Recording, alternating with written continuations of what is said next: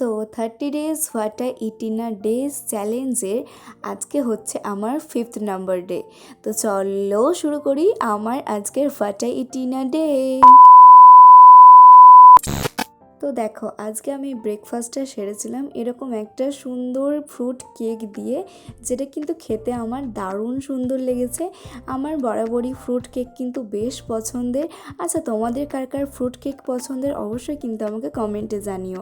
আর আজকে যেহেতু বাড়িতে মা ছিল না, তো সেই জন্য আর কি রান্নাবান্নার দায়িত্ব কিন্তু আমার ঘাড়ে পড়েছিল।